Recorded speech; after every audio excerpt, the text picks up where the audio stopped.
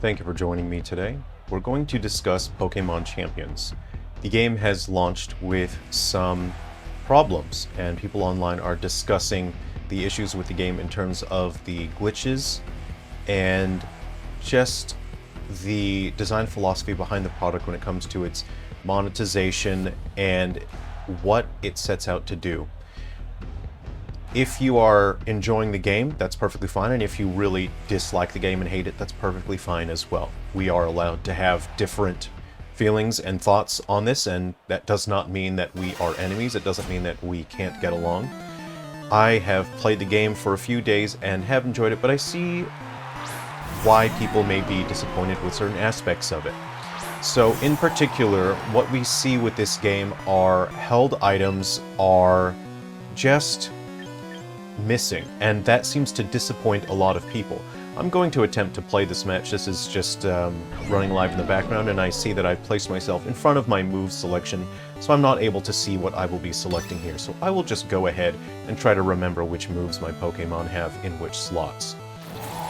We also have a limited Pokemon roster, so not only are items missing, items that people generally rely on for their particular teams, their strategy, but Pokemon are missing as well. Now, from a business perspective, we see that their business approach here is to have different seasons, and Pokemon will be allowed in different seasons. And the same would be for items. From a business sense, this seems like a good idea because it will keep people coming back, but it has resulted in quite a negative reaction from players that find it quite disappointing. What we have not seen is any form of data mining, and at this point, if the items were in the game and if the Pokemon were in the game, we would have seen people data mine this, and we would have seen people discuss, hey, these items, these Pokemon are in here. So what we've seen is that the items programmatically do not appear to be in the game, and the Pokemon do not appear to be in the game, which tells me that these developers have not even worked on those. So this process of rolling the content out is connected to that, and I find that a little disconcerting because they should have all of the data they need. Game Freak should be able to supply them with all the logic necessary, all of the graphics necessary, and all the animations and the visual assets for all of the Pokemon to be implemented into the game. So it's worrying that we have not seen the Pokemon and the items data mined. That means that they don't even exist in programming, and that's quite concerning to me. I looked up the development team for this game, and I saw there's about 4 or 5 members from ILCA that are in this group. They've set up a team specifically to work on this. There's 4 or 5 programmers from ILCA. Those are the developers that worked on Brilliant Diamond and Shining Pearl, and there were huge problems with Brilliant Diamond and Shining Pearl when it came to the actual development side, the programming side, in that things were not made very well. And that's quite problematic because we should have seen Brilliant and Diamond and Shining Pearl launch in a much more stable state, and it's disconcerting that the highest grossing, I think my third slot here is, hold on, is that Sucker Punch? Yes. Okay.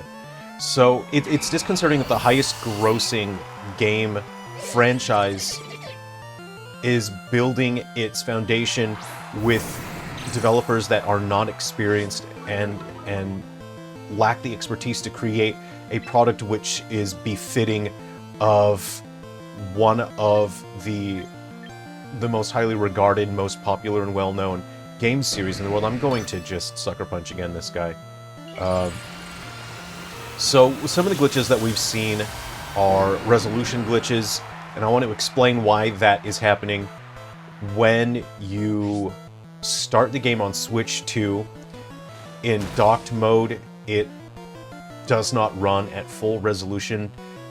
You have to take a console out of the dock and then put it back in. So what happens from our side as developers, we have to manually check when the Switch changes the mode that it's running in, whether that be handheld or docked. We have to manually perform that check, and then we manually perform the resolution switching logic for that. And what seems to have happened is that logic is not performed on startup, which is why we are getting that. And that, to me, tells me that the programmers they just lack experience and expertise to understand that they need to perform that logic at startup. And more experienced developers, programmers, more experienced leaders in terms of directing their development team and making sure that things are being done the way that they need to be done, especially considering that they are using Unity. There needs to be stronger, more experienced leadership. And I'm not speaking out to insult or belittle the developers here, but we cannot congratulate or reward a lack of competence. And again, I want to be careful with my words here, and I'm not trying to insult. I want to encourage these developers to do the best that they can and to keep improving. We should all strive to keep improving, but as a developer and as a professional working in the industry, this is very, very disappointing for me to see this level of competence in a product like this. So something that I think took away from this development team's ability to work on this product is the monetization. From what we have seen from Ilka, they have not... How do I say this? The kind of monetization that we see in this, there's a very strong chance that these developers have not implemented this degree and this amount of monetization before. And so we are going to see the end result of that is when developers haven't done something that much, they have to spend more time becoming proficient at it. That's going to take up development time and development attention. And so time that the developers could have spent ironing out the glitches on the abilities, they have spent that time working on the monetization, implementing it, optimizing it, and it's unfortunate that it feels like this game was rushed out. You know, there's a limited amount of time that you can spend working on a game. You don't have infinite time. You have to ship a product. And I strongly believe that these developers probably spent a fair bit of their time implementing, testing, and fine-tuning the monetization that we see in this game. So unfortunately, I was knocked out. I was not able to survive that. If I was able to get another Reflect up and get my Leech Seed out, if I had Leech Seed out, I would have won that. I'm not Johnsing. I'm saying that if I did get the Leech Seed, if I wasn't frozen, I would have won that. So, this game has only battles and nothing else, and it does have missions, but that's not particularly engaging. And it is disappointing to see a product like this turn out with this level of quality, because this is not even a full game. There's no single-player content. This is a battle simulator. It is extremely simple. Developing a product like this should have been a slam dunk. It should have been a home run. It should have been easy for these developers to make this, especially that they are supported by Game Freak. Game Freak, for decades, has been creating this battle system, and not to be cynical, this is the exact same battle system that we have seen for decades. And that is not to belittle or demean this. Obviously, I'm a huge fan of the series and I enjoy the battle system, and there have been revisions and improvements, but it is still, at its core, the exact same battle system. And so for it to be so unreliable and so broken is very disappointing. And again, that really comes down to the developers that are actually working on this, that are programming it, and the leads that are directing the programmers.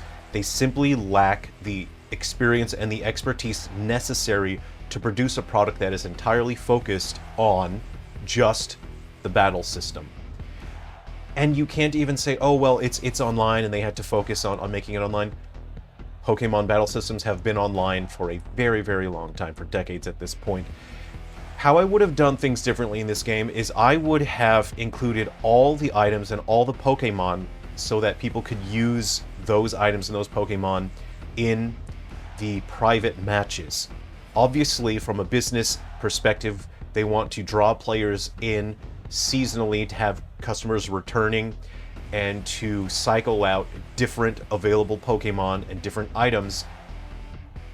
You can still have that. You can still have these seasonal restrictions and still allow players to have the freedom to use their items and their Pokemon in private matches, and that's extremely disappointing to me as a player, because I would rather go and play an older Pokemon game where I have the freedom to use my items and my Pokemon. The only thing that this game brings to the table is you can freely adjust the effort values and the nature and the ability of the Pokemon, and that's the only thing that this brings to the table.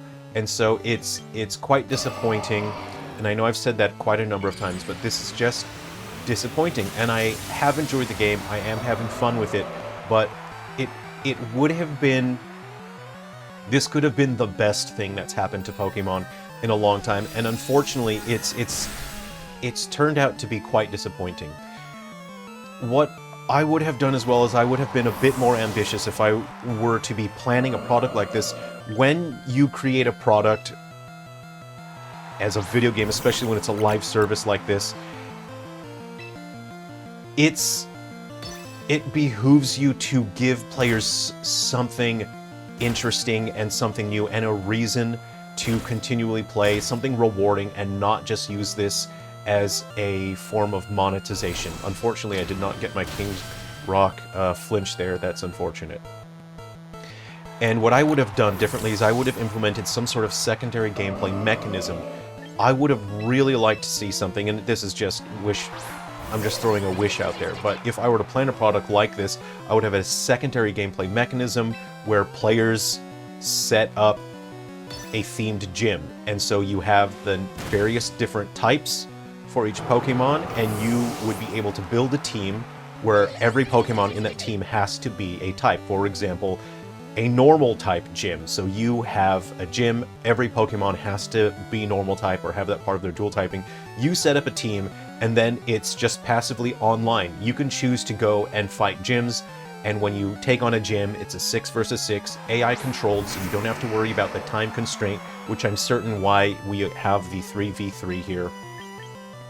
And if you defeat someone else's team, so you go online, you fight other people's teams that they've set up, effectively their own gym, you earn rewards and resources for defeating their gyms, or if your gym defeats someone else online passively, you earn some rewards. So that is a reward for you coming back, check to see how your gyms are doing. You can see the stats and the win rate of your gym, and you can see if your gyms are not doing well, you can adjust the Pokemon, and you can earn some rewards exclusively through that mode. And that is something that could have been something very rewarding and very fun, and even though it is online, it still feels a bit like an offline mode, something that I think people would really enjoy. Let me just see what's in my move.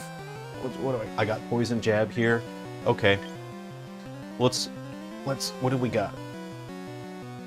Okay.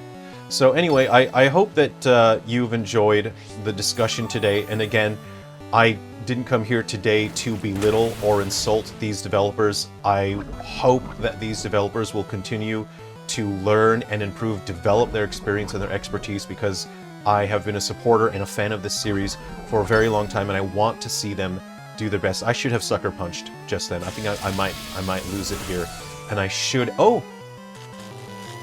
that's for do I get the paralysis? Then it looks like this match belongs to me. How very delightful. I'm the victor this day. Thank you very much for spending some time with me today. I hope you've enjoyed the discussion, and I'm interested in hearing your thoughts on the matter. Take care of yourselves. Be well.